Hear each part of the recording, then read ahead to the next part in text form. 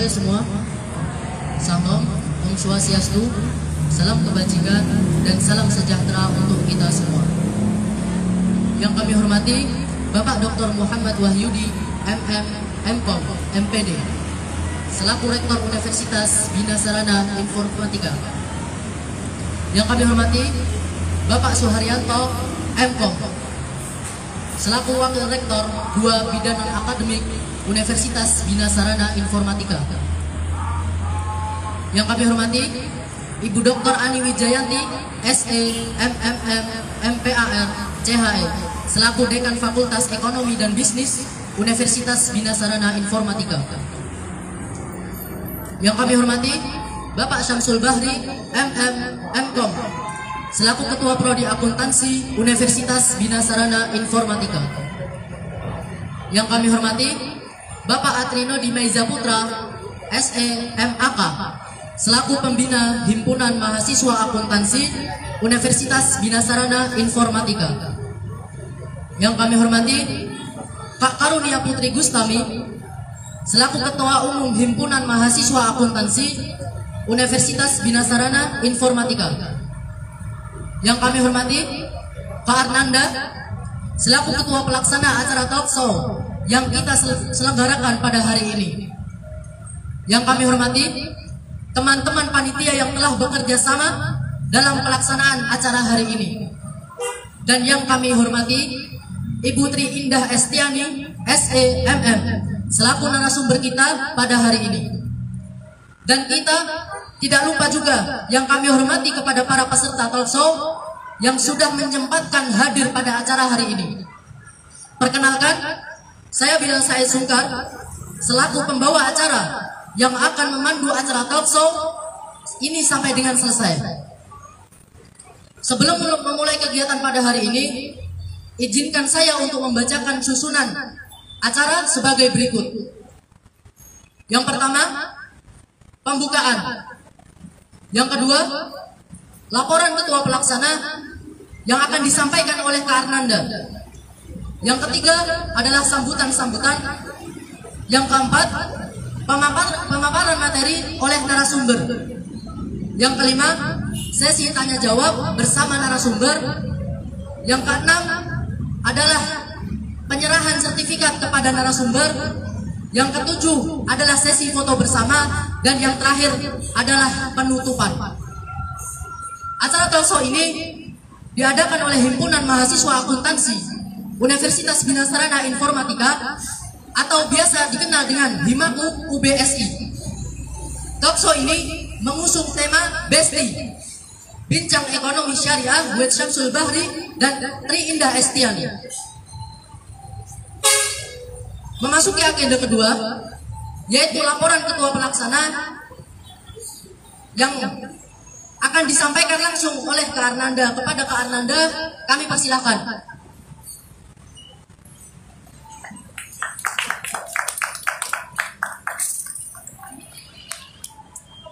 Terima kasih kepada Bilal. Bismillahirrahmanirrahim. Assalamualaikum warahmatullahi wabarakatuh.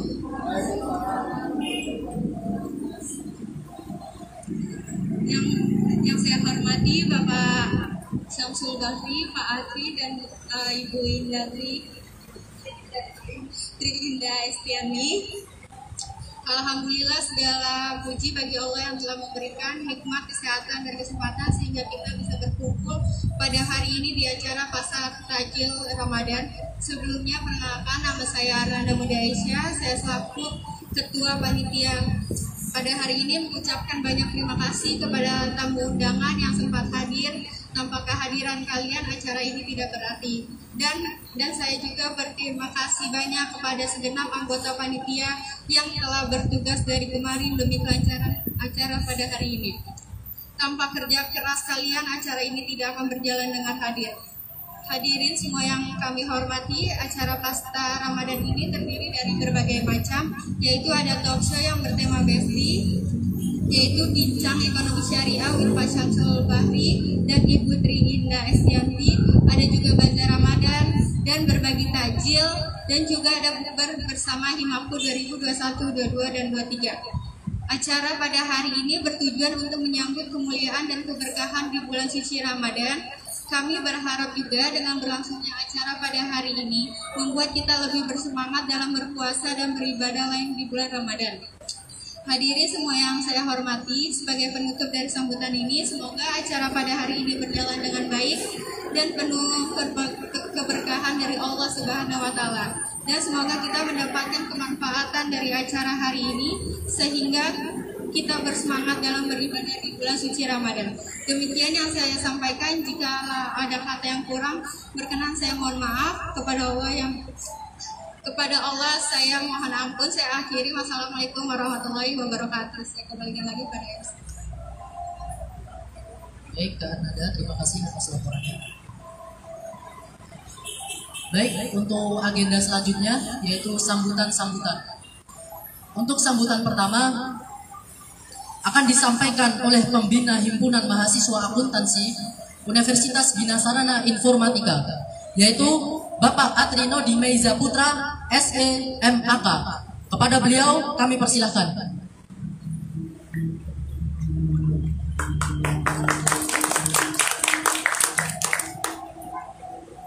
Bismillahirrahmanirrahim.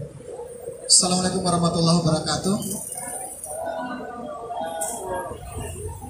Aduh, suaranya nggak kedengaran. Karena hari semakin sore, matahari semakin turun, semangatnya juga makin turun. Kita ulangi sekali lagi. Assalamualaikum warahmatullahi wabarakatuh. Waalaikumsalam warahmatullahi wabarakatuh. Oke, itu minimalnya ya. Kalau itu minimal berarti bisa dimaksimalkan. Tapi nanti tidak sekarang lagi. Baik, syukur alhamdulillah kita ucapkan kepada Allah Subhanahu wa Ta'ala. Sampai sekarang kita masih diberikan nikmat kesehatan dalam keadaan dan kondisi berpuasa. Teman-teman semuanya, kalangan mahasiswa bisa berkesempatan hadir dalam kegiatan talkshow. Kemudian ada pasar takjil, kemudian ada juga buka bersama. Nanti buka bersamanya di sini, di luar, outdoor. Konsepnya adalah outdoor. Untuk talkshow sendiri mengambil tema bincang ekonomi syariah. Artinya berbincang tentang atau seputar ekonomi syariah. Untuk narasumber kita ada Bapak Samsul Bahri selaku Ketua Program Studi Akuntansi. Yang kedua ada Ibu Tri Indah Estiani. Nah, beliau juga merupakan dosen Universitas Bina Sarana Informatika. Dan nanti kita akan mengulik lebih jauh, akan mengulik lebih dalam terkait tentang ekonomi syariah. Seperti apa sih kontribusinya ekonomi syariah ini terhadap ekonomi kita? Baik,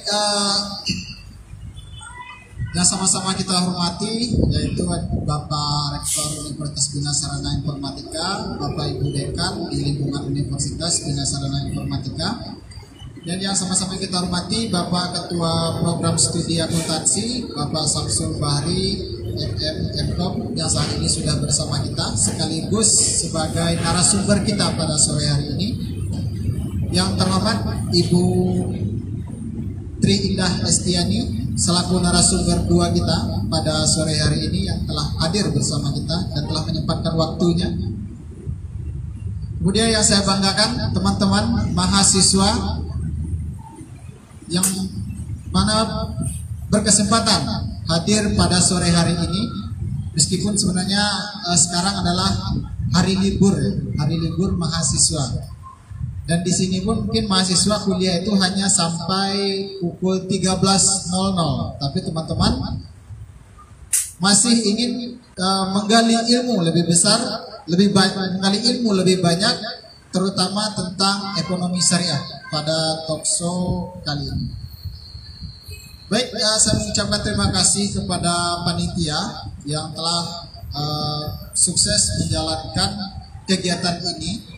Mulai dari awal persiapan hingga hari ini, yaitu terdiri dari 3 agenda, mulai dari pasar takjil, kemudian ada talkshow, kemudian ada nantinya buka bersama. Buka bersama akan diikuti oleh 3 angkatan dari Himpunan Mahasiswa Akuntansi. Mungkin dan nantinya teman-teman yang dari panitia bisa mengevaluasi terkait bagaimana jalannya kegiatan kita di hari ini. Kemudian untuk kedepannya bisa menjadi masukan bagi kita di dalam pelaksanaan kegiatan. Dan ini merupakan kegiatan Himaku yang ketiga untuk periode 2023. Dan yang ketiga ini dilaksanakan pada bulan puasa, dan ini pertama kalinya juga kegiatannya offline, karena sebelum-sebelumnya itu kegiatannya kalau pada bulan puasa itu dilakukan secara online. Nah, dan ini pun kegiatan yang diadakan terdiri dari ada unsur akademik dan ada unsur non akademiknya. Nah, jadi 2 kegiatan bercampur, ada non akademik dan ada yang akademik. Akademiknya kita ada talkshow tentang ekonomi syariah. Saya harap nantinya teman-teman yang hadir pada sore hari ini bisa menimba ilmu ataupun pengalaman terkait tentang ekonomi syariah. Karena ekonomi syariah ini tidak terdapat pada mata kuliah umum. Nah, jadi sementara teman-teman mungkin yang berasal dari jurusannya bukan akuntansi ataupun yang dari akuntansi, tetapi bisa mendapatkan sharing ilmu dari tentang ekonomi syariah. Oke, baik, itu sambutan dari saya di sore hari ini. Lebih dan kurangnya saya mohon maaf. Saya tutupi dengan billahi fissabil haq fastabiqul khairat. Assalamualaikum warahmatullahi wabarakatuh. Baik, terima kasih sambutannya Bapak Adri.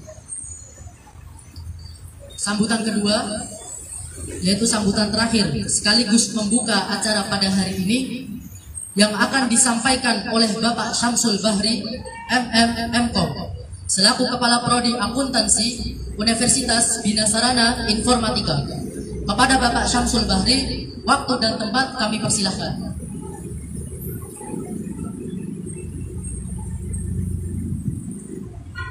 Bismillahirrahmanirrahim. Assalamualaikum warahmatullahi wabarakatuh. Alhamdulillah, kita panjatkan puji syukur kepada Allah Subhanahu wa taala atas izinnya pada sore hari ini di bulan Ramadan, hari ke-17 ya. Pas Idul Quran.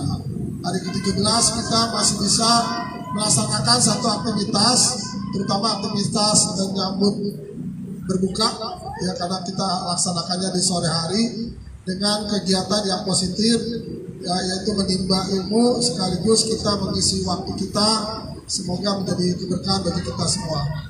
Salam dan selawat semoga senantiasa tercurah Rasulullah SAW beserta keluarga, sahabat dan pengikutnya.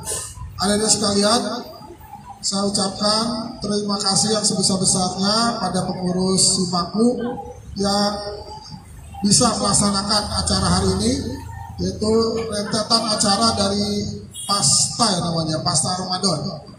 Kayaknya nih kegiatan ini termasuk baru ya Pak Tri ya. Tahun lalu kayaknya nggak ada ya.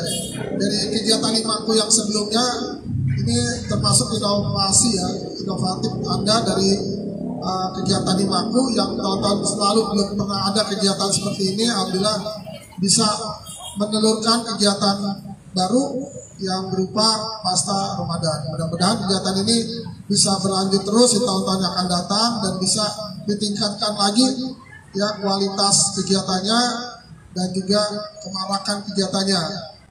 Dan untuk kegiatan seperti ini saya berharap bisa diambil hikmahnya, terutama bagi audiens yang hadir, walaupun mungkin yang hadir tidak terlalu banyak. Mudah-mudahan kehadirannya bisa memberikan spirit juga bagi pengurus untuk bisa meningkatkan kegiatan yang lainnya lebih baik.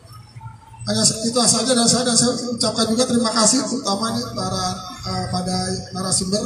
Walaupun saya juga narasumber, dan saya nggak mau ngomong banyak-banyak kita jadi masuk ke materi nanti. Saya ucapkan terima kasih pada Ibu Tri Indah Setiani yang bersedia meluangkan waktunya jauh-jauh dari Kalibata ke sini. Beliau adalah juga dosen prodi manajemen yang juga mengajar di kelas akuntansi ya Bu. Walaupun prodinya manajemen, tetapi Ibu Tri ini juga mengajar di jurusan atau program studi akuntansi. Saya ucapkan terima kasih Bu sudah bersedia meluangkan waktunya. Mudah-mudahan dari Ibu Tri nanti bisa bermanfaat bagi kita semua. Demikian sambutan dari saya, dan tadi karena ada permintaan untuk membuka acara ini, baiklah kita buka acara ini dengan membaca basmalah. Bismillahirrahmanirrahim. Semoga kegiatan ini berjalan dengan lancar dan sukses. Assalamualaikum warahmatullahi wabarakatuh. Baik, terima kasih Bapak Syamsul Bahri atas sambutannya. Agenda berikutnya, pemaparan materi oleh narasumber yang akan dipandu oleh moderator kepada Bapak Atrino Dimaiza Putra dan Kak Nevelinda dipersilahkan.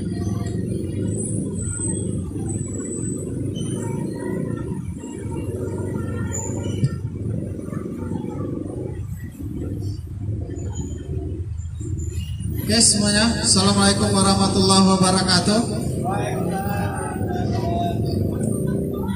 Karena ini kegiatan kita adalah sudah masuk ke acara inti, yaitu talkshow, mungkin ini kita lebih santai ya teman-teman.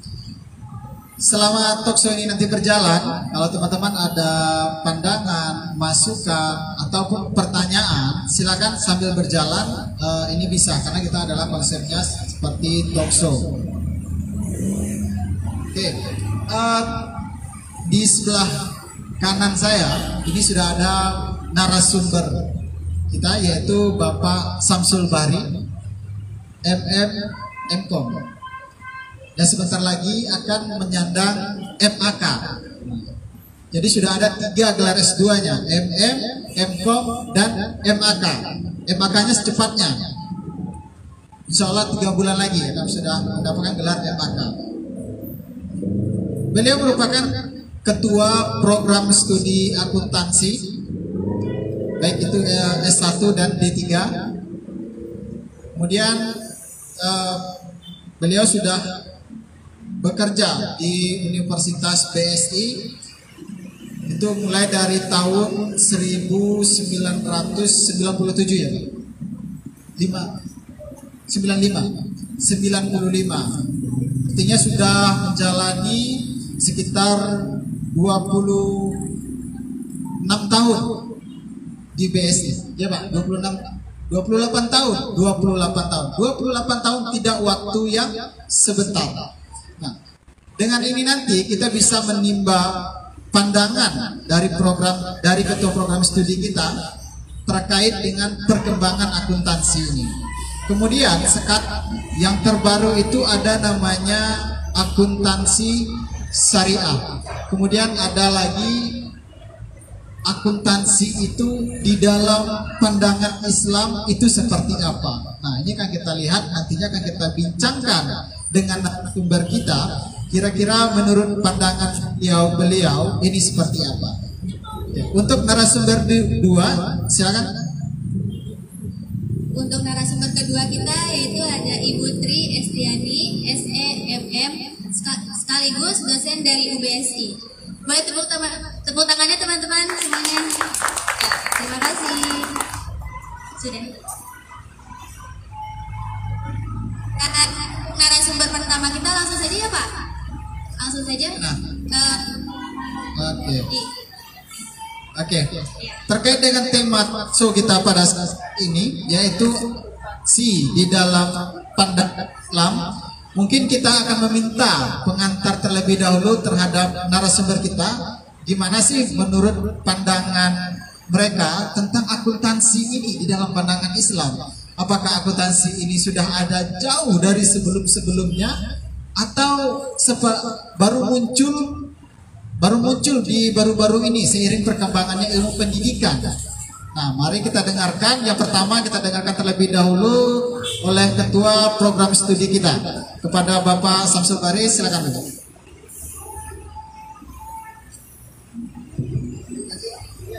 Santai kita duduk aja ya. Bismillahirrahmanirrahim. Assalamualaikum warahmatullahi wabarakatuh. Jadi pada kesempatan kali ini, sebagaimana tema yaitu akuntansi dalam pandangan Islam ya. Jadi juga tadi disampaikan oleh Pak Atri, kita membicarakan akuntansi menurut Islam. Sebenarnya Islam itu luar biasa ya. Jadi alhamdulillah kita dianugerahi din itu aturan artinya. Dinul Islam, berarti aturan Islam. Kita dianugerahi sama Allah, sang pemilik alam semesta ini, sebuah aturan din. Tadi secara bahasa dana yadinu, dinan, artinya aturan. Din itu aturan, kalau aturan Islam berarti ya konsep Islam.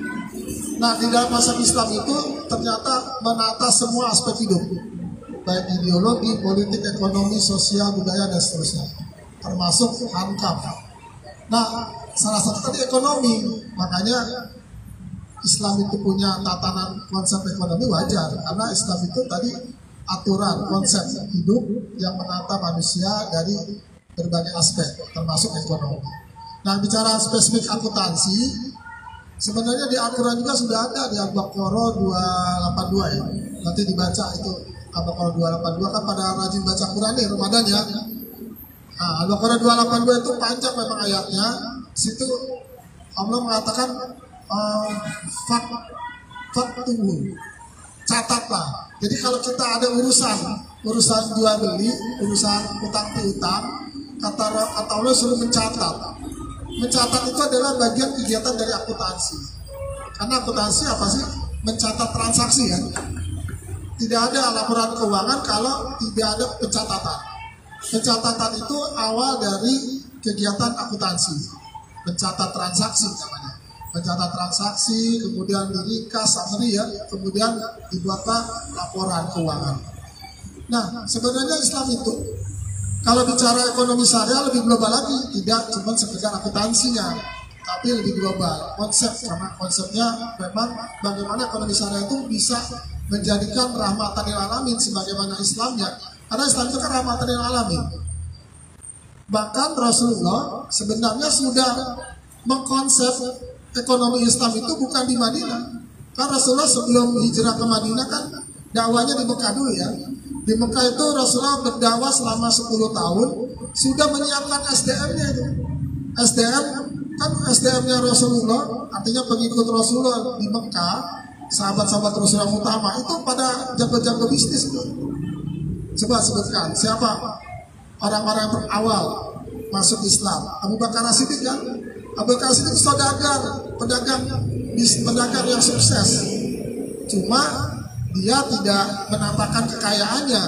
Jadi kekayaannya itu digunakan untuk apa? Untuk dermawan, untuk membantu sesama. Ya sebagaimana salah satunya dia punya harta tapi digunakan untuk membebaskan Bilal kan dari perbudakan. Kemudian ketika ada perang Tabuk, Abu Bakar serahkan hartanya. Sampai Rasulullah bertanya, apa kamu tinggalkan? Kata Abu Bakar, Allah dan Rasulnya. Jadi dia hartanya banyak, kaya, tapi digunakan untuk amalia, untuk dermawan. Itu Abu Bakar As-Siddiq. Tidak kalah lagi yang lebih kaya lagi, Utsman bin Affan. Ya kan Utsman bin Affan khalifah kan? Khalifah ketiga, kalau Abu Bakar khalifah pertama. Juga kaya raya, itu pebisnis juga. Saudagar sukses juga. Kemudian ada lagi itu as-sabiqun al-awwalun itu ya. Orang-orang yang masuk surga. Al-Mubasyirin bil Jannah. 10 orang yang masuk surga, di antaranya ada Abu Bakar, ada Utsman, ada Abdurrahman bin Auf, dan dia juga as-sabiqun al-awwalun, orang-orang yang pertama masuk surga. Ternyata luar biasa.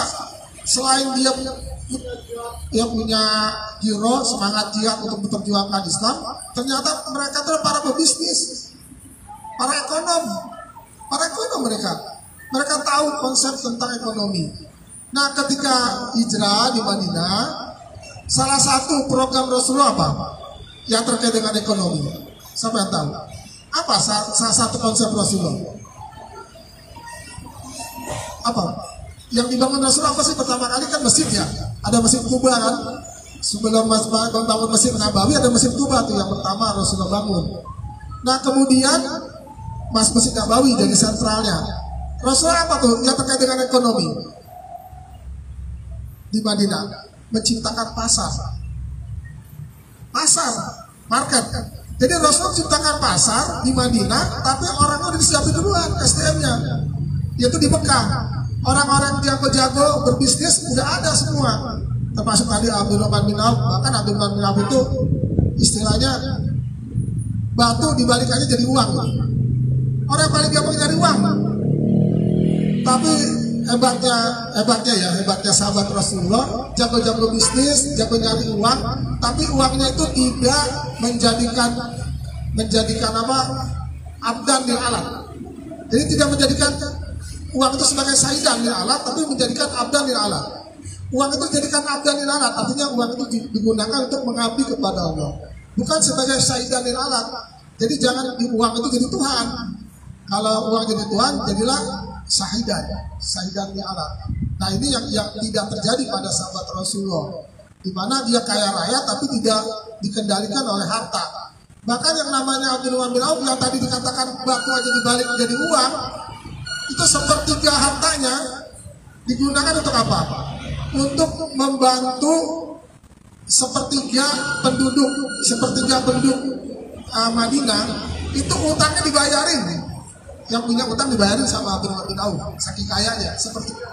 Nah, kemudian sepertiganya lagi itu digunakan untuk siapa yang mau minjem silakan, tapi minjemnya nggak pakai bunga. Jadi sepertiganya utang dilunasin, sepertiga penduduk Madinah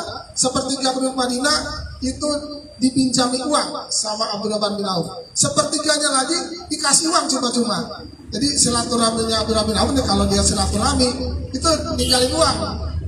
Seneng ya? Ada teman begitu ya, datang ke rumah kita, pulangnya bukannya punya rumah ngasih uang, tapi yang tamu ninggalin uang. Kan luar biasa.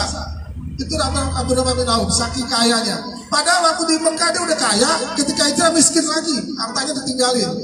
Demi ingin menyelamatkan akidah, dia rela hijrah ke Madinah, hartanya ditinggalkan, jadi miskin lagi di Madinah, dari nol lagi.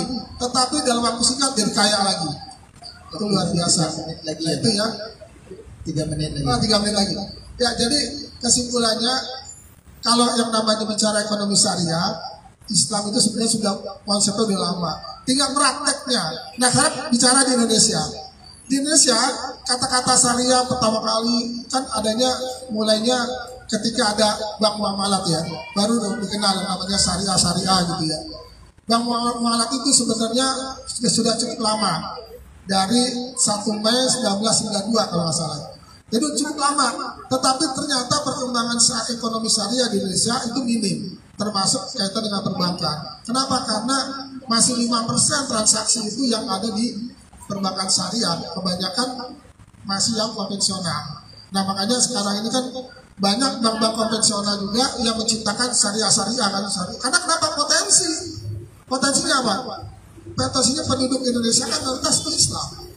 Kalau potensi penduduk Indonesia mayoritas Islam, berarti kan mestinya yang syariahnya lebih tinggi ketimbang yang konvensional. Tetapi ternyata enggak. Kenapa? Karena memang kita udah terlalu lama dijajah sama Belanda.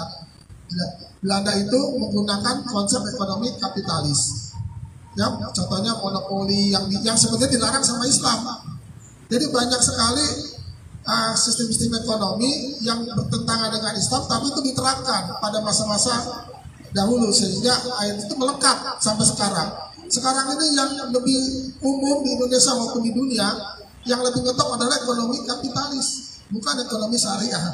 Nah, oleh karena itu kita sebagai penganut umat Islam, mestinya cinta sama ekonomi syariah supaya ini berkembang di Indonesia, minimalnya di Indonesia dulu, baru nanti di dunia. Nah, mungkin itu ya sebagai pengantar, mudah-mudahan kita termotivasi untuk mengembangkan ekonomi syariah. Terima kasih. Terima kasih kepada Bapak Samsul sudah memberikan pengantarnya. Dan untuk yang kedua yaitu sebelumnya saya bacakan dulu CV dari narasumber kita ya. Namanya Ibu Trinda Estiadi, SE MM, pengalaman kerja pada tahun 1989 sampai 1990 accounting di PD Bank Pasar atau Bank Daerah Magelang. Yang kedua, pada tahun 1990 sampai 1996 di ACC di Bank BRI cabang Purwokerto. Yang ketiga, 2001 sampai 2002 di LSM YPM Kesuma. Yang keempat, pada tahun 2002 sampai dengan 2003 manajer accounting di Freight Lini Indonesia cabang Surabaya. Yang kelima, pada tahun 2007 sampai sekarang yaitu dosen di UBSI. Pendidikannya SMAN 2 Purwokerto, Ekonomi D3 Unsud, S1 Universitas Terbuka, S2 Manajemen Keuangan di Unsud. Sekian CV dari narasumber kita yang kedua, dan boleh dilanjut Bu?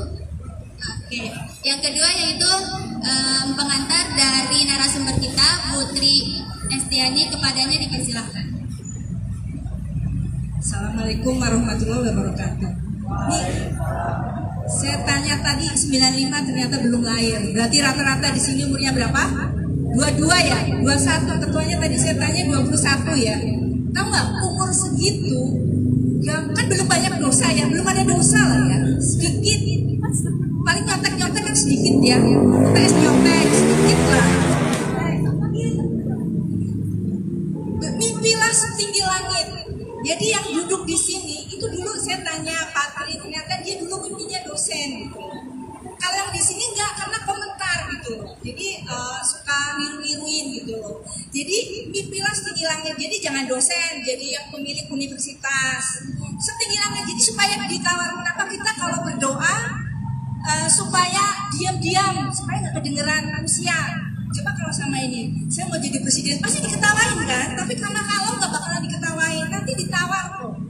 Kecil bagi Allah. 2 rakaat sebelum subuh sama dengan dunia dan seisinya. Jadi kalau cuma minta uang punya universitas, jadi presiden kecil, ya bisa? Tipis tinggi langit. Jadi kalau ditawar nanti ya turun-turun. Kalau naksir, saya tanya dia, naksir al nggak? Kan diketawain, tapi kalau ngomong sama Allah, anak al kecil gitu, iya kan? Kenal ada sih? Oh, ternyata nggak penting. Tadi ditanya katanya mau jomblo, enggak? Jangan. Ini mahasiswa saya soalnya semester kemarin, semester 3. Tahu ya? Kenal ini nggak? Kenal Evalinda nggak? Kenal. Ya kenal ya. Dia masih jomblo saya tanya tadi. Kenal ya. Nah sekarang ini, tahu wakaf nggak? Tahu wakaf? Tahu. Kalau orang rata-rata bicara wakaf, kesannya kan tanah, orang yang sudah mau meninggal gitu kan, pasti wakaf ya. Sebenarnya wakaf itu sekarang untuk mahasiswa juga loh. Karena apa? Orang itu semua cuma ngasih tanah, tapi dibiarin nggak ada uangnya. Di kita itu kalau mau wakaf namanya wakif, pengelolanya namanya nasir. Wakaf itu nasir itu bisa perorangan, bisa lembaga seperti badan amil mandiri ya, mandiri amal insani atau dompet duafa. Jadi badan wakaf Indonesia itu dibentuk oleh presiden. Jadi setiap 3 tahun ininya ketuanya itu dipilih gitu loh. Tapi kalau nasirnya harus bersertifikat. Jadi dia itu, tapi beda ya kalau badan wakaf. Kalau kita mau wakaf, misalnya wakaf, yang tahu wakaf, pernah tahu wakaf? Apa biasanya wakaf apa? Tanah. Buat apaan? Masjid. Terus apa lagi? Kuburan. Buat kuburan. Iya, Al-Quran kan biasa seperti itu kan. Tapi tahu nggak sih, di pohon-pohon siapa yang mau nebang? Kalau cuma tanah siapa yang mau nebang? Siapa yang mau bangun? Kalau pemerintah gampang. Kalau universitas punya pemerintah gampang, pasti nanti dibangunin. Tapi kalau swasta siapa gitu kan? Nah makanya sekarang butuh, karena saya tadi tanya Pak Tri, katanya dia dari Muhammadiyah. Dari tanah wakaf Muhammadiyah aja ada 400.000 tanah wakaf yang dibiarin. Uangnya mau dari mana? Akhirnya padahal wakaf itu kan artinya ditahan, menahan. Dia nggak boleh diwariskan, nggak boleh dijual. Akhirnya apa? Karena nggak ada uang. Akhirnya tukar guling. Tahu tukar guling? Bukan bantal loh. Tukar guling tahu? Ada yang tahu tukar guling? Nggak ada? Tuh 2-3 berhadiah yang bisa arti tukar guling. Tuh nggak ada? Batal tuh 2-3. Cepet banget. Tahu dia tahu kalau berhadiah cepet banget 1-2-3 langsung. Tahu cepet ketebak sih ya. Nah maksudnya kalau misalnya tanah ini kan pinggir jalan strategis ya, karena butuh uang, kan udah kenal kan BSI. Kita beli di belakang, ini dijual, sisanya buat ditukar. Kan ada kembalian uangnya, lah kembalian uangnya itu buat bangun kayak gitu. Itu namanya tukar guling. Tapi sebenarnya kan ada akadnya. Pernah lihat orang akad nggak sih? Tapi belum pernah akad. Ya udah nanti aja. Soalnya belum pernah akad jadi susah. Belum pernah akad ya. Ini belum ada akad, nanti aja ya. Nah terus ngapain sih? Kenapa sih harus pasti mahasiswa? Karena kalau ke IPB pertama kali yang universitas ngasih wakaf, ngasih uang wakaf berupa uang. Jadi wakaf kita tuh harus matre. Yang matre itu bukan cuma orang ya. Allah kan ngasih zakat ya, sedekah, infak. Kan ini juga kan? Matre juga kan? Pakai uang nggak kalau sedekah? Oke, kalau matre ya. Di Quran sebenarnya nggak ada arti wakaf.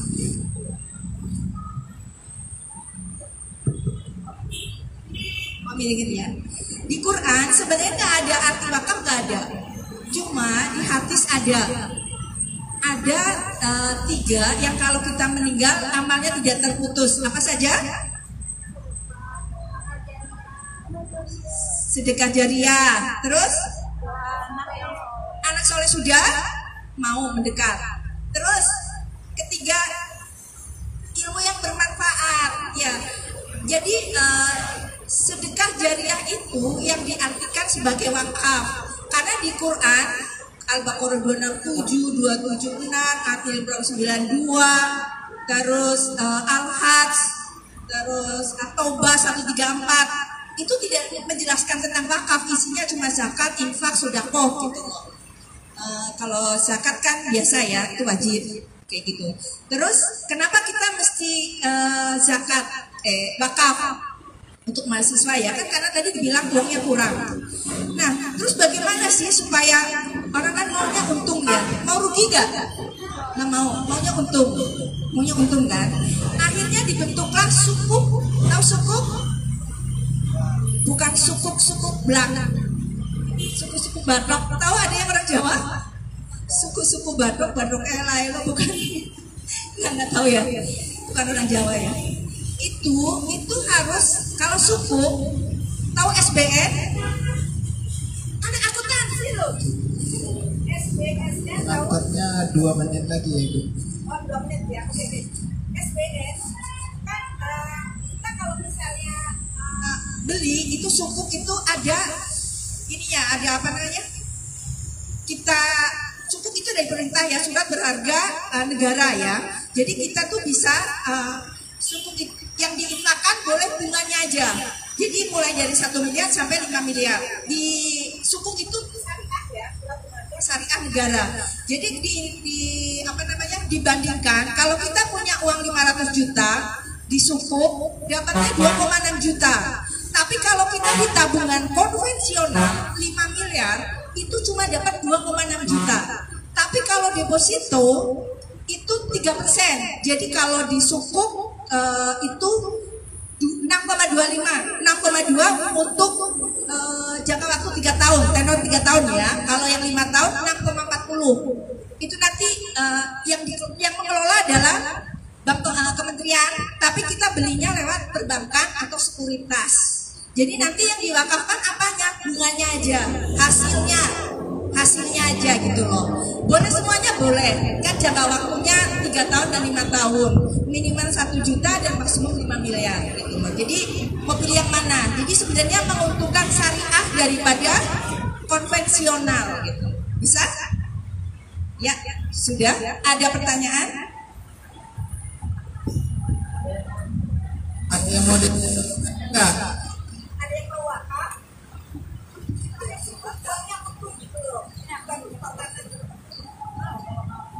Ada pertanyaan? Ya, berarti suku itu transaksinya ada di perbankan ya Bu?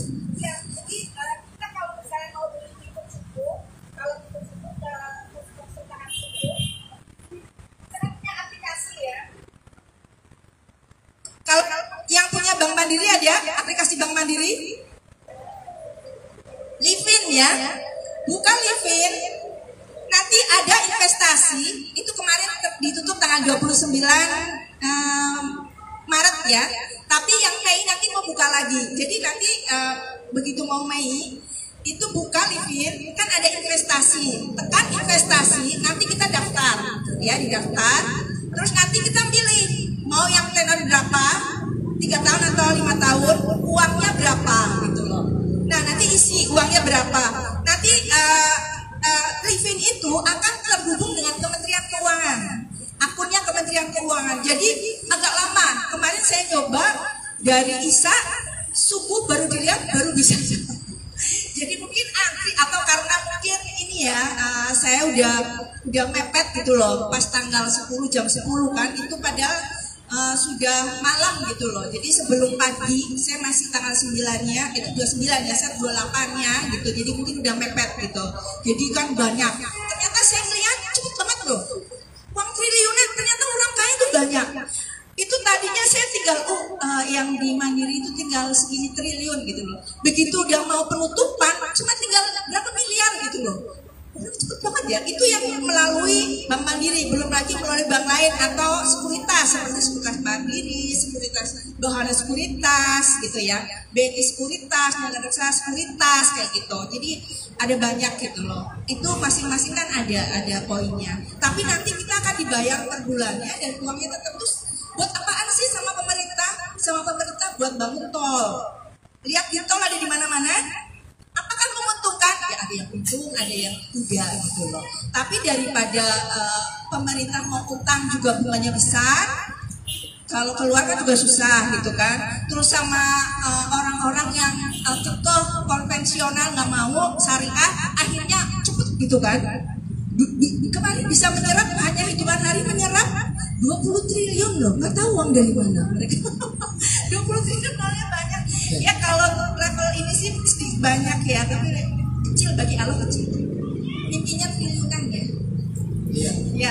Oke, teman-teman kasih tepuk tangan terlebih dahulu untuk kedua narasumber kita atas pengantarnya ya.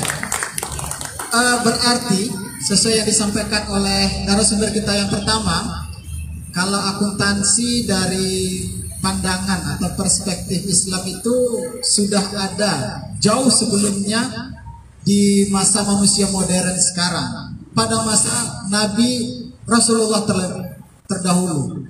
Jadi itu sudah ada pada masa Nabi Muhammad, itu sudah ada ternyata akuntansi.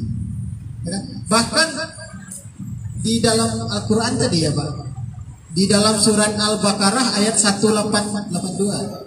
Di dalam surat Al-Baqarah ayat 282. Di dalam surat itu menjelaskan setiap manusia yang bertransaksi hutang piutang harus dicatat dengan dibuktikan dengan 2 orang saksi. Yang berbicara itu kan bukan Rasul, tetapi Allah langsung yang berbicara. Ya kan? Wahyu dari Allah disampaikan kepada Rasul bahwasanya ya setiap bertransaksi harus dicatat. Yang namanya akuntansi adalah pencatatan. Benar ya? Akuntansi pencatatan kan? Akuntansi adalah pencatatan. Artinya akuntansi itu sudah ada jauh dari sebelum-sebelumnya.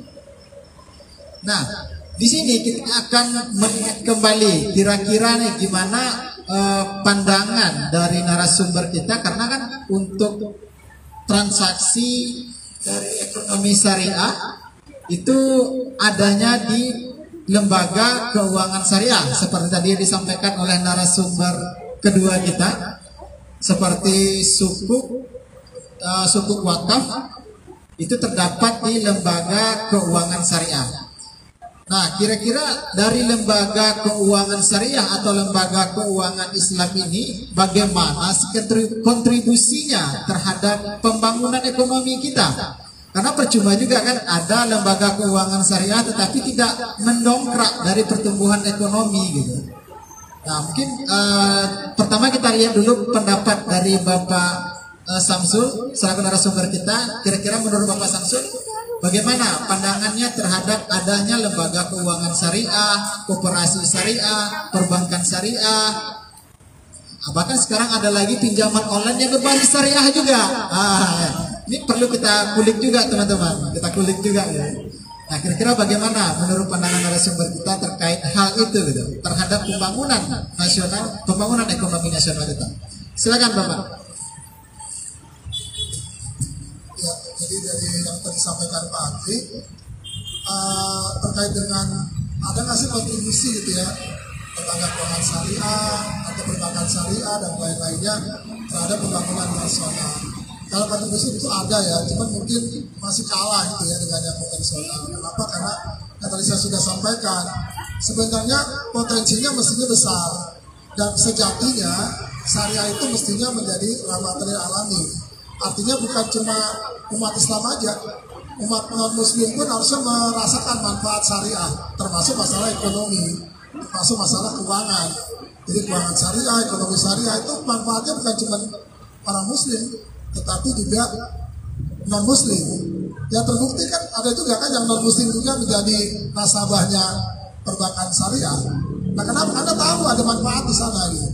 Nah oleh karena itu kita yang umat Islam mestinya lebih ada keberpihakan gitu ya, keberpihakan terhadap hal yang terkait dengan syariah. Jadi kalau kontribusinya memang belum besar. Jadi kita udah 3 dekade ya, udah 3 dekade yang terkait dengan perbankan syariah. Kalau tadi dari tahun 90-an itu kan awalnya pencetusnya dari gagasan MUI dengan ISMI kan, MUI dengan ISMI tahun 91 sehingga lahirlah tahun 92-nya BNI, Bank Muamalat Indonesia, yang kemudian memang tidak terlalu populer pada tahun 90-an itu. Tahun 90 populer namanya bank syariah itu, BNI itu. Nah sampai akhirnya dibuatlah ada undang-undangnya tentang perbankan syariah, baru kemudian sekarang ini justru pemerintah juga sudah mulai melirik kan, karena melihat ada potensi di sana. Beda dengan Malaysia. Malaysia itu sudah di atas 20% yang terkait dengan ekonomi syariahnya. Kalau kita masih 5%, jadi masih kecil.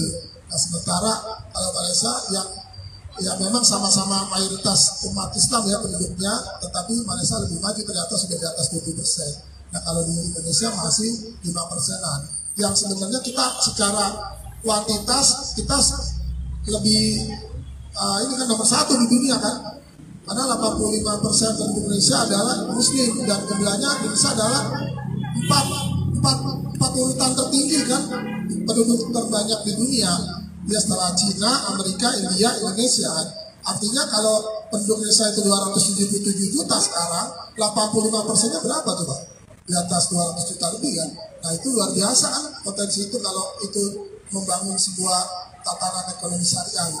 Nah tapi itu belum istilahnya disadari gitu ya, potensi itu ada di kita gitu, sebenarnya di Indonesia ini. Mungkin itu.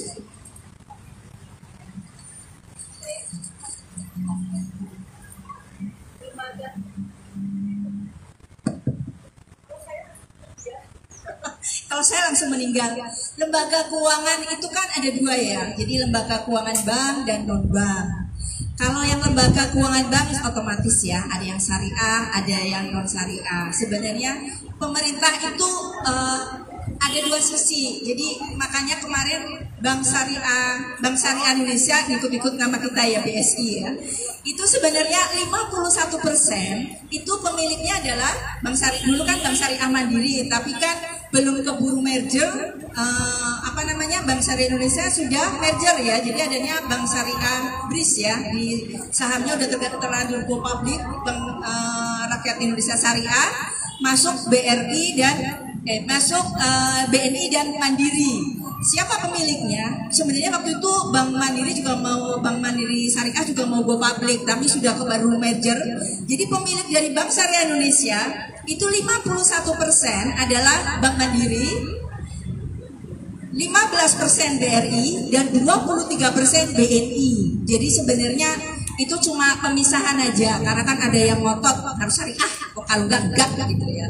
Ibaratnya mau nikah, mau sama L apa sama Dul, enggak, kalau enggak sama itu enggak gitu ya. Maksudnya kekeh gitu ya. Jadi kayak gitu. Jadi pemerintah itu sebenarnya menengahi gitu loh, walaupun dia konvensional. Cuma kalau bank pemerintah itu masuknya himbara. Tahu himbara? Tuh 2, 3 berhadiah hilang. Himpunan Bank Negara Indonesia. Kalau selain bank BUMN, nah masuk ke dalam Perbanas. Arti Perbanas itu 2, 3 berhadiah hilang.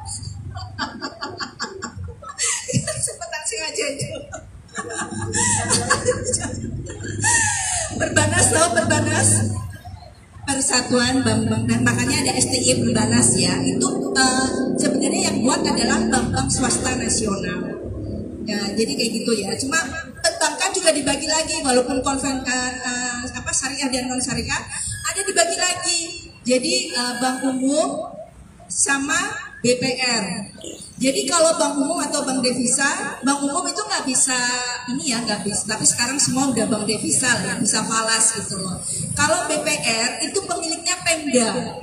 Kalau bank BPD itu pemiliknya provinsi, pemerintah provinsi. Makanya kalau BPR itu ada di kantor kecamatan, di DKI nggak ada ya. BPR itu menyasar mikro itu ya syariah gitu loh, UMKM gitu kan. Terus BPD kan pemerintah provinsi gitu, dia juga lebih di bawah lagi daripada bank pemerintah. Cuma bank pemerintah juga sekarang ada mikronya, makanya kan di cabang-cabangnya ada mikronya gitu. Mikro itu kecil gitu.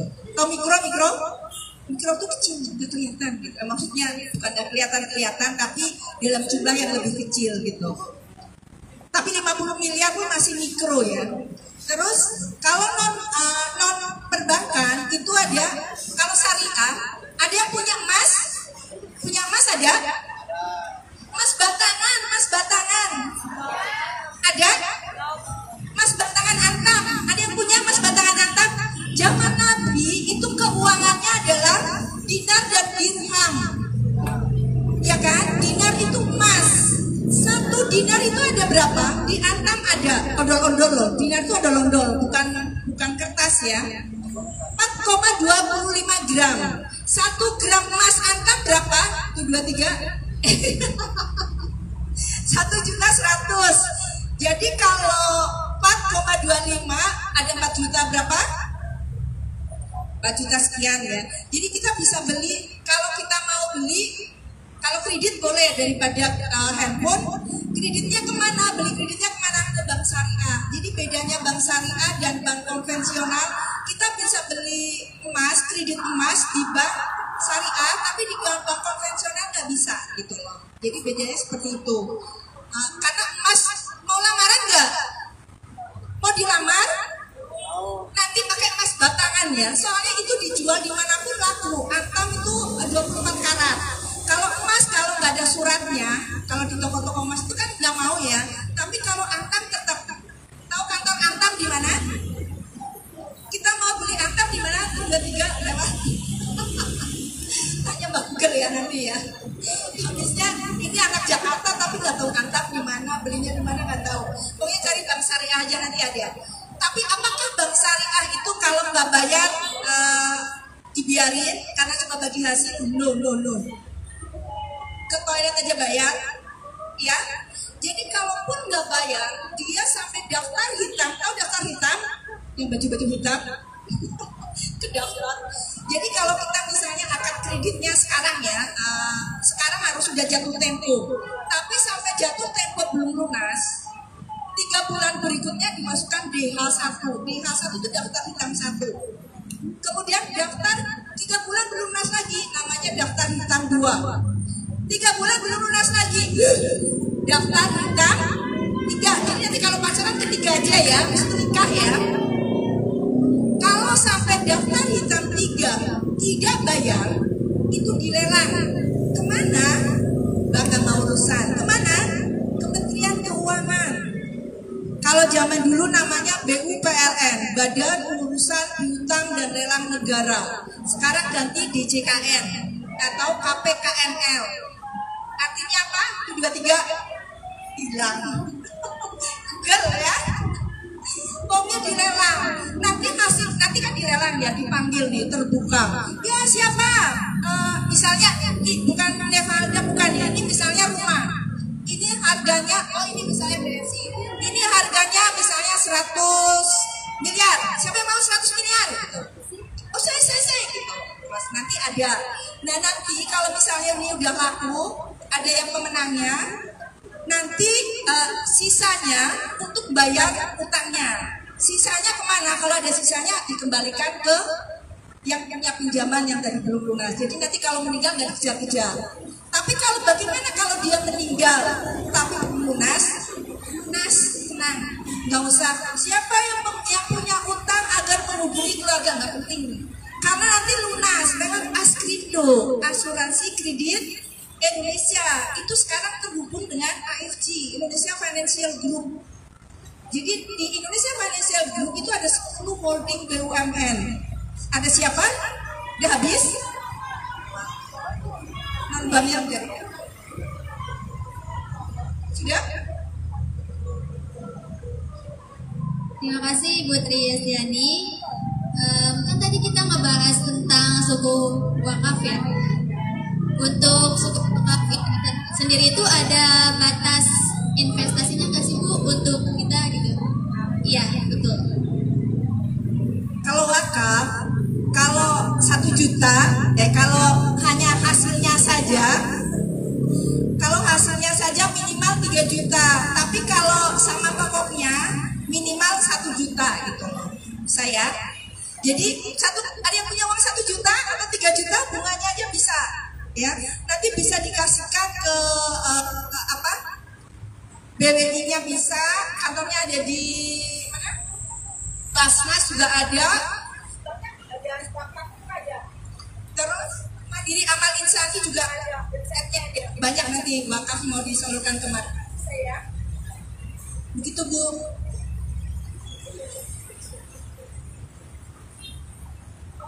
Lagi ya. Cek, tes.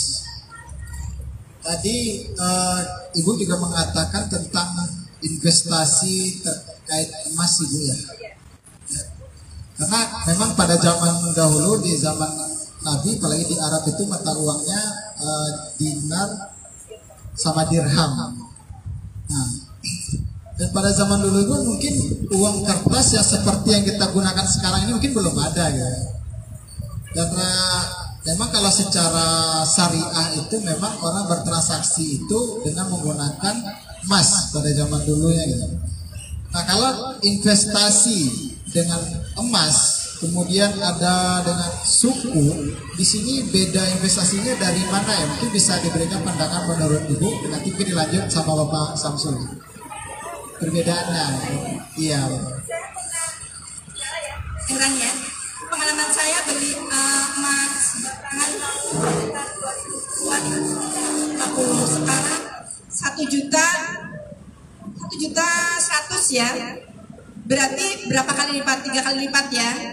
Tapi kalau kita kan nggak mesti, itu tergantung pasar. Tapi kalau kita di suku, kita nggak usah kipas aja uangnya, bunganya masuk gitu loh.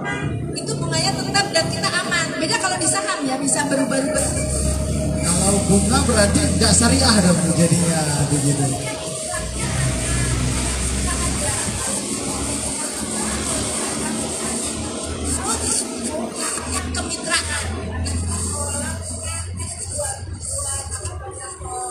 Buat bangun IAIN.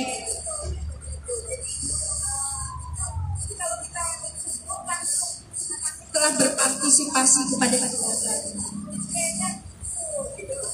berarti bukan bunga atas yang kita investasikan di suku itu Ibu ya, hasil kemitraan. perbedaan ya.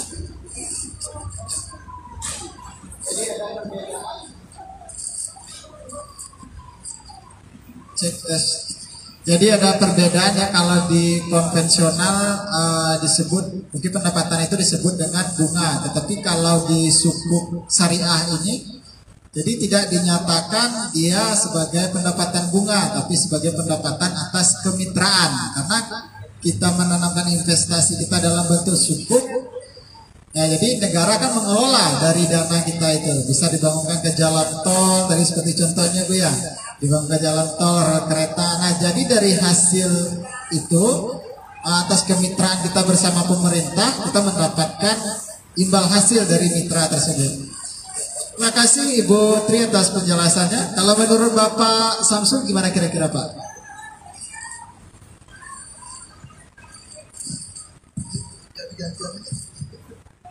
Ya, jadi sebenarnya sih kalau pandangan saya, sebenarnya kita ini kalau bicara ekonomi syariah di Indonesia belum 100% ya, belum 100% syariah. Kenapa? Karena memang menegakkan ekonomi syariah di Indonesia itu seperti menegakkan benang basah. Kenapa? Karena kenyataannya tadi juga Ibu cerita ya Ibu Tri ya, bank-bank konvensional kan buka lagi, buka bank syariah juga. Ya kita nggak tahu, mungkin ada pengelolaan dana yang berbarengan antara syariah dengan konvensional. Kalau banknya bank yang sama. Belum lagi bicara tentang bank sentral. Bank sentral kan sama BI juga, mau konvensional maupun syariah. Artinya di situ bercampur lah. Padahal menurut Islam itu konsep yang namanya uang itu sebenarnya alat tukar, bukan komoditas. Jadi kalau mana uang itu dijadikan komoditas, itulah yang jadi ribawi akhirnya. Itulah yang akhirnya sebenarnya yang dicegah gitu. Jangan sampai kan tadi konsep ekonomi kapitalis kan kenapa kok itu tidak sunatullah gitu? Karena ada ribawinya. Akhirnya dibuat adalah ekonomi syariah. Tapi kalau ekonomi syariah timbul riba juga, itu sama juga bohong kan?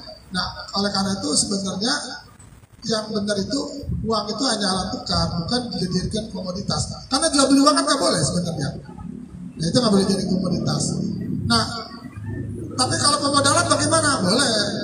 Makanya yang penting akadnya. Jadi ada istilah mudaroba kan bukan mudah diroba-roba ya. Nah, mudaroba ada bagi hasil.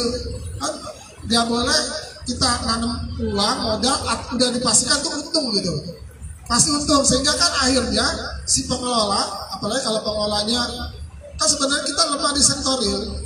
Kita nih salah satu juga yang melemahkan ekonomi syariah, yaitu di sektor realnya kita lemah. Islam ini maksudnya pembisnis Islam yang terkait dengan sektor realnya sendiri lemah gitu. Nah, ternyata kalau yang sektor realnya lemah, di mana banyak UMKM kemudian dia harus mengganti sejumlah uang untuk tidak rugi tetap harus bayar, dan sebetulnya dengan bunga. Mestinya tidak begitu kalau dalam konsep Islam. Kalau dia untung ya bagi, tapi nggak bagi hasil kan, untung dapat, rugi mestinya sama-sama rugi kan begitu mestinya. Nah oleh karena itu mungkin kalau tadi ngomongnya tadi kan apa investasi ya, investasi. Nah investasi yang mana sih kalau yang lebih baik, apakah emas atau tadi wakaf sukuk ya, sukuk wakaf ya. Yang baik bagaimana ya mungkin tergantung sudut pandang, karena sama-sama punya nilai yang menguntungkan. Nah kalau emas itu memang kalau kita beli cepat dijual kan juga nggak untung. Coba kamu beli emas, kita beli emas nih ya, bulan ini sekarang bulan April, dijual lagi bulan Mei yang akan naik. Tapi kalau emas itu bertahun-tahun baru naik, memang lebih aman, emas itu lebih aman dan lebih cepat juga kan dijual. Terus ini juga sama sih, wakaf itu juga cepat ya. Kalau kita mau bisa diuangkan lagi kan, karena namanya juga surat berharga syariah kan. Artinya namanya surat berharga kan mudah dicairkan lagi. Nah, tapi kan kita sebenarnya kalau di wakaf sukuk itu kan tujuannya bukan itu. Tadi kan tujuan awalnya kan namanya juga wakaf. Wakaf itu kan diam itu, sama kayak wukuf. Wukuf itu kan diam. Kayak namanya diam kan artinya kita berharap sebenarnya ingin tadi kalau memang wakaf sukuk ini membantu pembangunan nasional kan, membantu pemerintah. Nah mestinya kita bukan itu yang diharapkan. Artinya kecepatan pengembalian dana yang cepat bukan. Tapi sebenarnya orang yang sudah merelakan gitu dananya untuk diberdayakan gitu, sehingga tidak menjadi nilai tambah itu tidak menjadi sasaran utamanya gitu loh. Kalau kita jadi sasaran utamanya nilai tambahnya, nah khawatir kita berharap nanti bunga lagi ujung-ujungnya. Ini yang menyulitkan nih, karena lingkaran ribawi ternyata sulit dilepas gitu. Udah ngomongin syariah tapi bau-bau ribawinya masih ada. Nah itu kita khawatirkan. Ini dia saya. Terima kasih kepada Bapak Samsul dan Putri yang sudah memaparkan pendapatnya. Sebelumnya teman-teman, tepuk tangan dulu dong untuk pembicara kita. Oke, baik. Lanjut ya. Iya, ya betul. Iya, mungkin karena puasa ya lemas ya.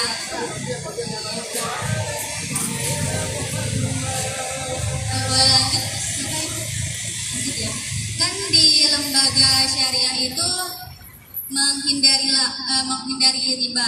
Nah itu gimana sih cara biar dapet labanya tuh? Karena kan rata-rata bank-bank yang non syariah itu dia pasti ada bunganya. Nah itu bagaimana cara menghindari riba dan mendapatkan laba gitu? Boleh dari Pak Syamsul dulu. Ya, kalau menghindari riba,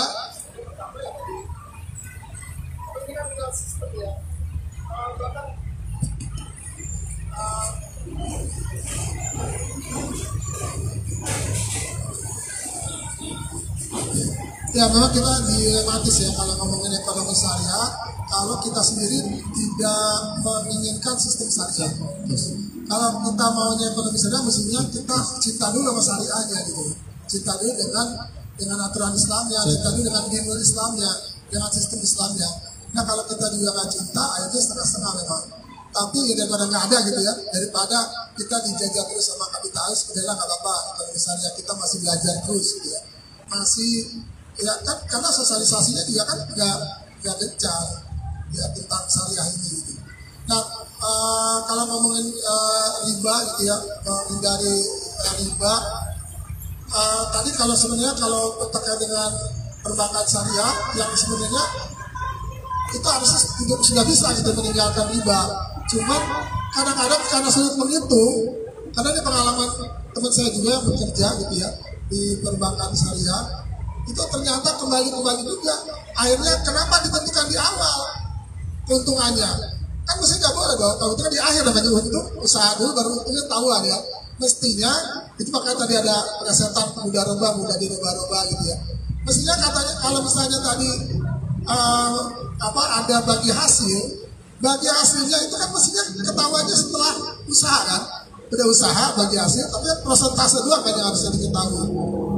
Tetapi ternyata tidak juga, tapi sudah dijanjikan di awal, keuntungannya sekian. Nah berarti itu bukan lagi bagi hasil yang real gitu ya. Bagi hasil yang real itu kan nanti ya setelah dia usaha untungnya berapa baru bagi hasil kan begitu. Apakah nanti 40-60, apakah 50-50 gitu kan bagi hasilnya. Tapi kalau sudah dijanjikan keuntungan dan keuntungannya bahkan disebutin nominalnya segala macam, karena kalau enggak katanya pasarannya susah katanya untuk bersaing dengan bank konvensional, ya akhirnya nanti kan kembali lagi ke riba. Kalau seandainya sudah ditentukan keuntungannya berapa gitu, nah mestinya itu kan dihindari. Nah itulah sulitnya ya orang sekarang aja ada istilahnya kartu kredit syariah ya. Kan ada kartu kredit syariah. Nah syariahnya di mana tuh kartu kredit? Orang utang aja kan kalau bisa dihindari. Kartu kredit kan dari orang utang kan. Utang itu halal, tetapi diupayakan untuk dihindari. Nah sekarang kalau utang itu dibikin sistem, kan sistemnya gitu kan. Kalau kartu kredit syariah itu sistem. Karena kenapa sekarang ini orang itu berpikir ngapain jualan tunai kalau jualan kredit mungkin lebih besar. Jadi sekarang justru orang yang berjualan kepengennya jualannya kredit, yang jualan tunai disusahin, yang kredit aja. Kenapa? Dianggapnya jualan kredit itu lebih menguntungkan karena disitu timbul bunga gitu. Nah ini yang sebenarnya kita sulit gitu ya penerapan syariah secara 100%. Nah, tetapi karena kita juga mayoritas muslim dan kita juga kepengennya kan kita maunya selamat dunia akhirat kan. Jangan sampai kita dikuasai tadi dengan ekonomi, dengan uang, akhirnya kita nggak selamat nanti di akhirat. karena kita ngejar keuntungan gitu. Nah mungkin itu.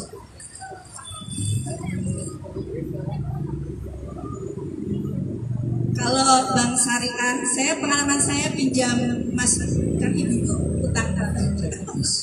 Pengalaman saya pinjam di bank syariah tentang emas batangan, kan ada DP-nya dulu, ada DP-nya, terus nanti kita ngasuh. Memang sih nggak terasa, tapi kalau dihitung-hitung, justru bank syariah itu lebih tinggi daripada bank konvensional.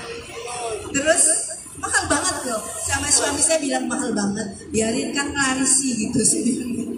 Terus tapi kan kita juga nggak terasa ya, ternyata lama-lama banyak. Mungkin pertama beli 250, beli 500, lama-lama kiloan. Oh kan nggak terasa gitu loh. Soalnya zaman dulu gaji saya kecil loh, tapi kalau buat beli dia gaji saya kecil banget kalau bilang sekarang loh. Tapi kalau buat beli emas batangan bisa buat beli 50 gram. Jadi sebenarnya kata Mama Dede sih kalau kita pinjam-pinjam, kita pinjamnya tuh berdasarkan berapa sih harga emas batangan sekarang gitu. Jadi kasarnya begitu, nggak bisa kita beli misalnya lu paling belinya cuma 10 miliar karena apa sekarang jadi 100 miliar kan nggak mungkin. 10 tahun lagi kita cuma bayar 10 miliar kan nggak mungkin kan, masih mahasiswa ya 10 miliar kecil loh, tapi kita sama orangnya kan triliunan ya kayak gitu. Jadi maksudnya katanya kita harus menghitungnya, kalau saya pinjam hitungannya ya kurs emas antam saat itu berapa gitu loh. Terus bank syariah itu kan tukar uang real. Ada yang pernah tukar uang real? Dia kalau kita mau di bank syariah ya, dan dia apa namanya?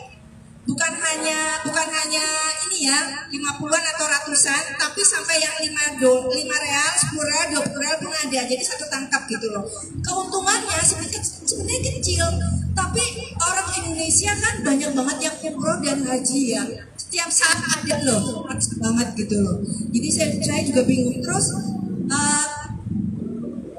haji ONH plus sama biasa itu beda jauh banget loh biayanya. Padahal katanya pemerintah muter, tapi sebenarnya pemerintah tekor. Kemarin kita berapa triliun ya, karena ternyata nggak bisa memuterkan. Jadi sebenarnya usaha itu berat loh. Mau pemerintah kek, mau personal kek, mau apa aja semua susah gitu loh.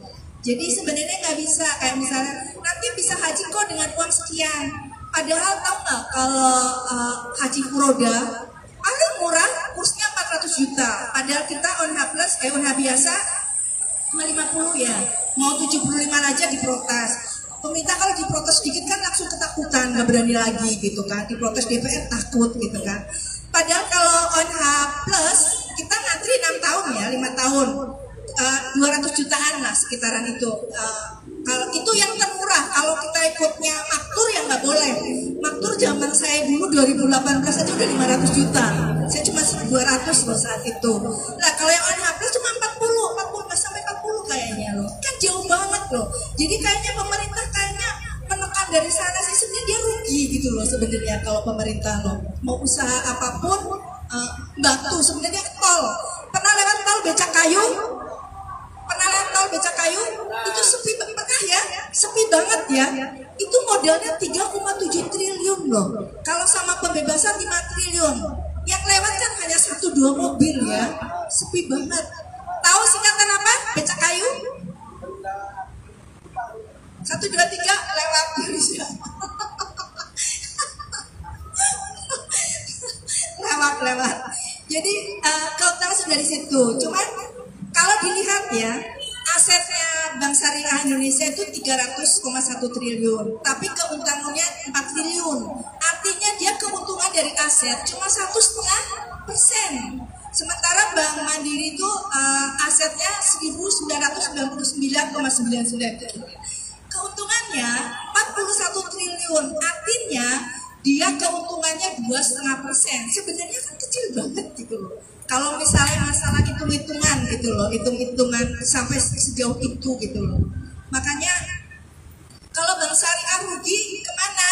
Kan ada bapaknya. Bank Syariah Indonesia kepemilikannya 51% Mandiri, 23% BNI, 15% BRI, ada komanya sih masih 1%. Jadi sebenarnya di situ Bank Syariah untuk kan baru ya. Sebenarnya Bank Mandiri, BRI, BRI yang ada di bawah Bank Syariah Indonesia, semua pegawainya disuruh jadi nasabahnya. Ya kayak link, pernah pakai link aja? Pasti aplikasinya ini OVO dan Gojek, ya kan? Nggak ada link aja nggak ada kan? Tapi kalau yang karyawan Bank Mandiri yang BUMN kan itu kan tergabung dari Telkomsel, semua bank himbara ya masuk. Itu kita dipotong 1 jutaan buat ngisi link aja gitu loh. Jadi sebenarnya nasabahnya orang-orang kita juga. Kayak misalnya asuransi, ada yang pasti asuransinya BPJS ya, pakai. Tapi ada nggak yang in-health Mandiri? Nggak ada. Kita semua pakai in-health Mandiri. Jadi kayaknya dipaksakan. Iya. Jadi nasabahnya mereka dari mana sini kita juga gitu loh. Kayak gitu Pak. Terus sebenarnya otomatis lah kayak gitu. Terus ada juga kan tunas mandiri. Terus apakah kita ke situ? Jadi yang ini tertentu, jabatan tertentu dikasih mobil, tapi mobil suruh pinjam dari tunas mandiri finance-nya gitu. Jadi sebenarnya nasabahnya itu juga gitu loh. Mereka juga gitu. Kayak gitu Pak. Sudah cukup Bu? Iya cukup. Baik, terima kasih Ibu Tri dan Bapak Samsul. Teman-teman silakan diberikan plus terlebih dahulu atas materi dan pandangannya terhadap akuntansi dalam pandangan Islam oleh narasumber kita. Baik, setelah ini kita sudah sampai pada sesi tanya jawab dari teman-teman selaku audiens. Silakan dari teman-teman yang memberikan pertanyaan, angkat tangannya sebelum angin berhembus. Nah, kalau angin sudah berhembus, berarti dia berhembus kepada siap-siap. Ayo, siapa? Sebelum angin berhembus. Kalau angin sudah berhembus, oke. Siapa namanya? Abi, Ardi. Oke, mau bertanya ke salah satu narasumber apa keduanya nih? Kedua-duanya.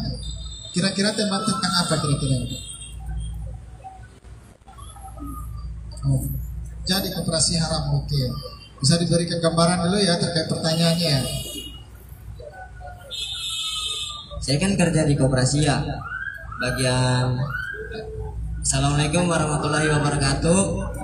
Perkenalkan, nama saya Ardi Jaya, saya dari BSI Kimone.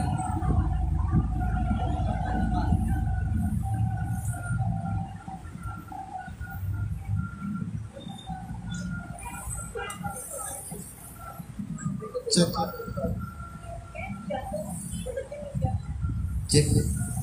Saya mau bertanya Pak, saya kan kerja di koperasi ya.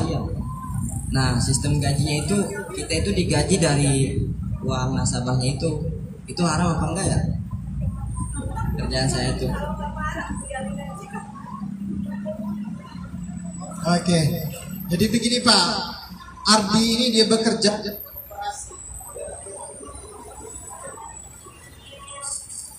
Cek.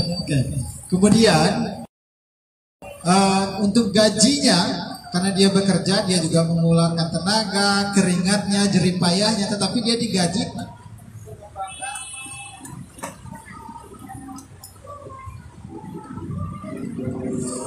Cek.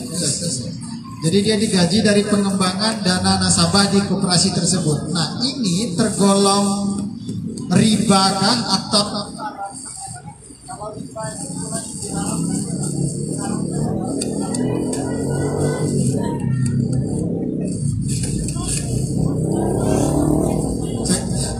mungkin di sini Bapak Samsul dan Ibu Tri bisa memberikan pandangannya terhadap hal tersebut ya. Jadi nanti teman-teman yang bekerja di perbankan pun nanti juga sama nih, juga sama atas pertanyaan yang diajukan oleh Ardi.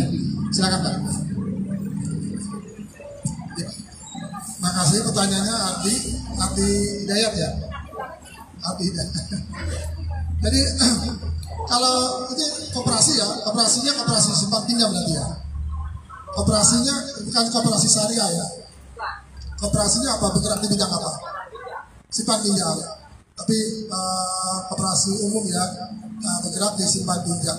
Sebenarnya koperasi simpan pinjam yang ada bedanya sih dengan bank ya. Bank juga kan kalau bisa simpan pinjam kan, yang nyimpan itu berarti nasabah yang menabung, kemudian yang pinjam ya nasabah debitur kan yang meminjam ya. Kalau kan ini kita bicara kalau bicara syariah atau tidak ya, karena kalau tadi khawatir dengan ribanya, berarti tidak ada bedanya koperasi umum dengan bank yang umum juga. Nah sementara kan kita juga masih dua versi. Ada yang mengatakan bank konvensional pun sebenarnya juga nggak haram. Ada yang masih ulama, coba ulama-ulama besar juga ada yang mengatakan tidak haram, tidak termasuk riba. Tapi tidak juga sedikit yang mengatakan haram. Maka timbullah istilahnya ada bank syariah. Gitu. Nah kalau jadi tergantung sudut pandang ya. Kalau nanti koperasinya juga simpan pinjam juga di situ pasti timbul bunga ya, timbul bunga juga. Nah tentu kan jadi riba jatuhnya. Nah sehingga ada bedanya tadi dengan perbankan yang konvensional.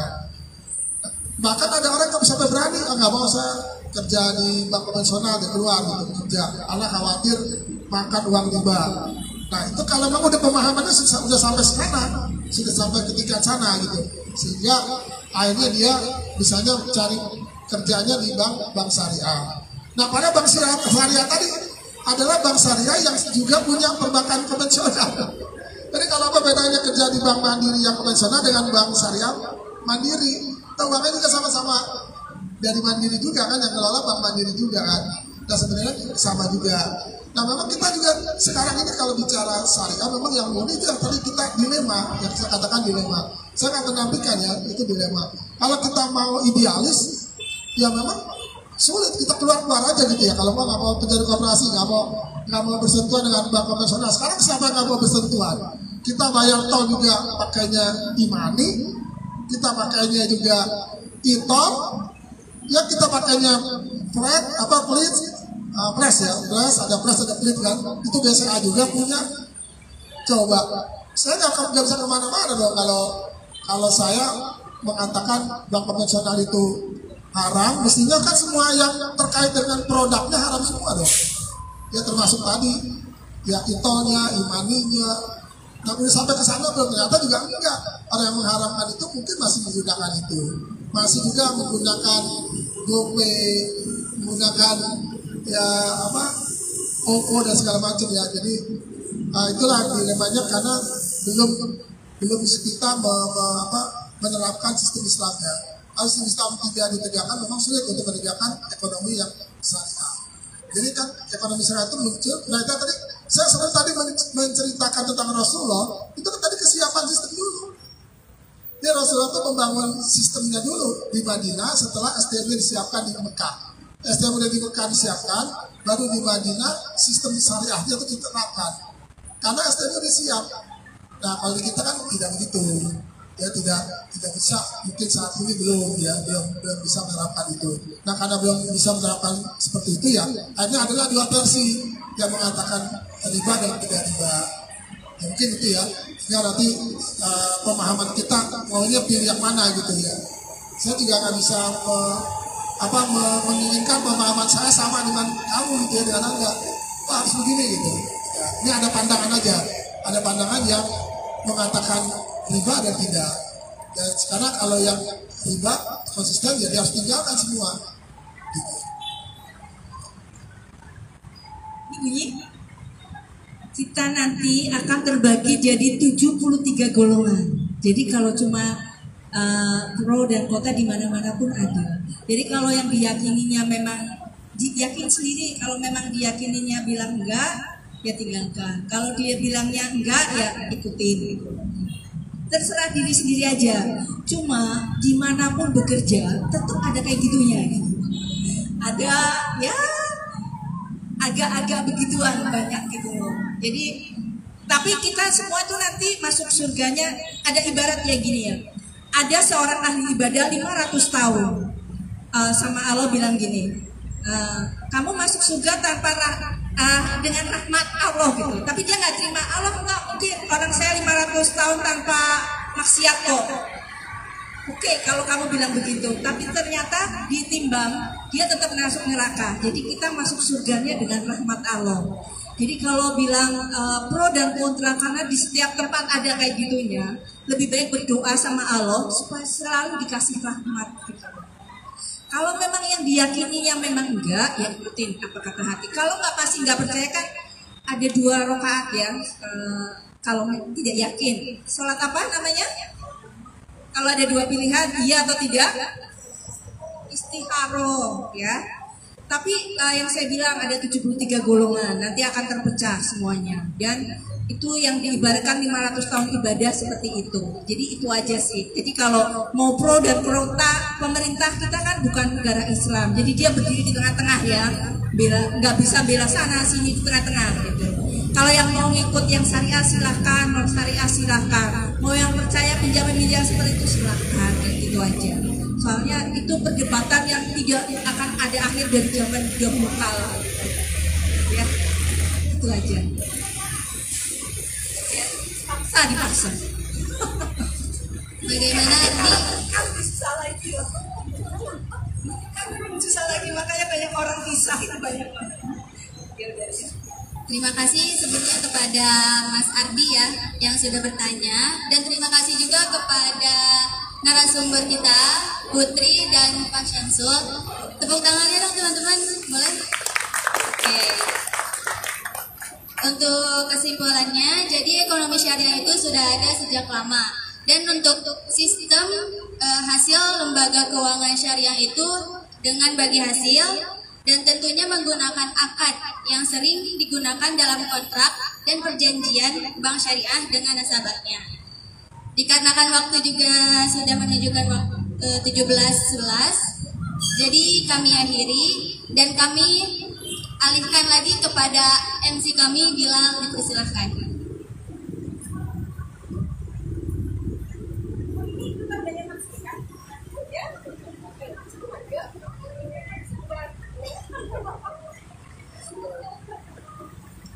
Baik, terima kasih Ibu, Bapak yang disampaikan. Untuk agenda berikutnya yaitu penyerahan sertifikat kepada narasumber yang akan dipandu oleh Ketua Pelaksana kita, yaitu Kak Arnanda. Untuk Kak Arnanda dipersilahkan maju ke depan.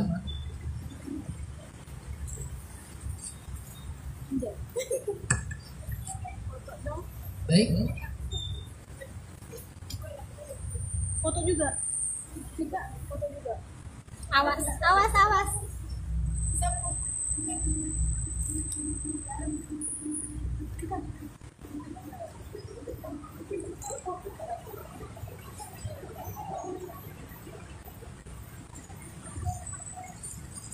Oke, ada bapaknya ya.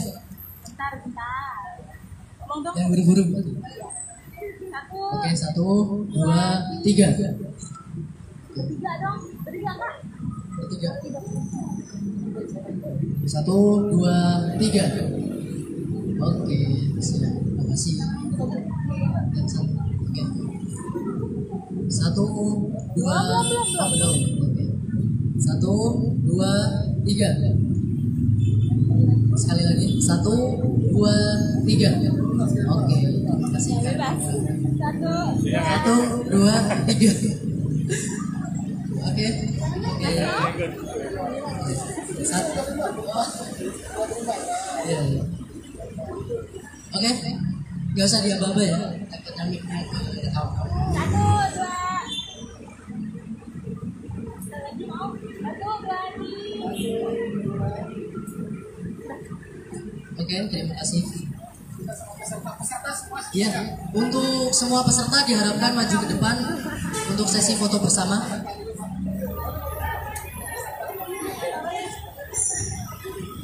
Ayo, Kak Aswin.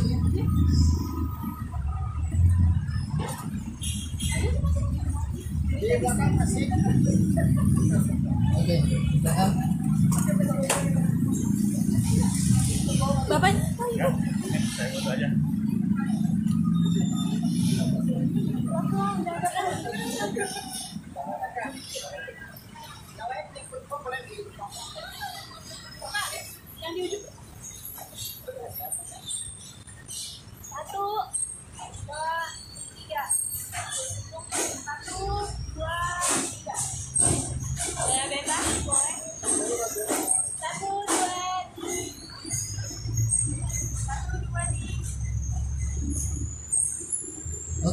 Terima kasih ya. Oke.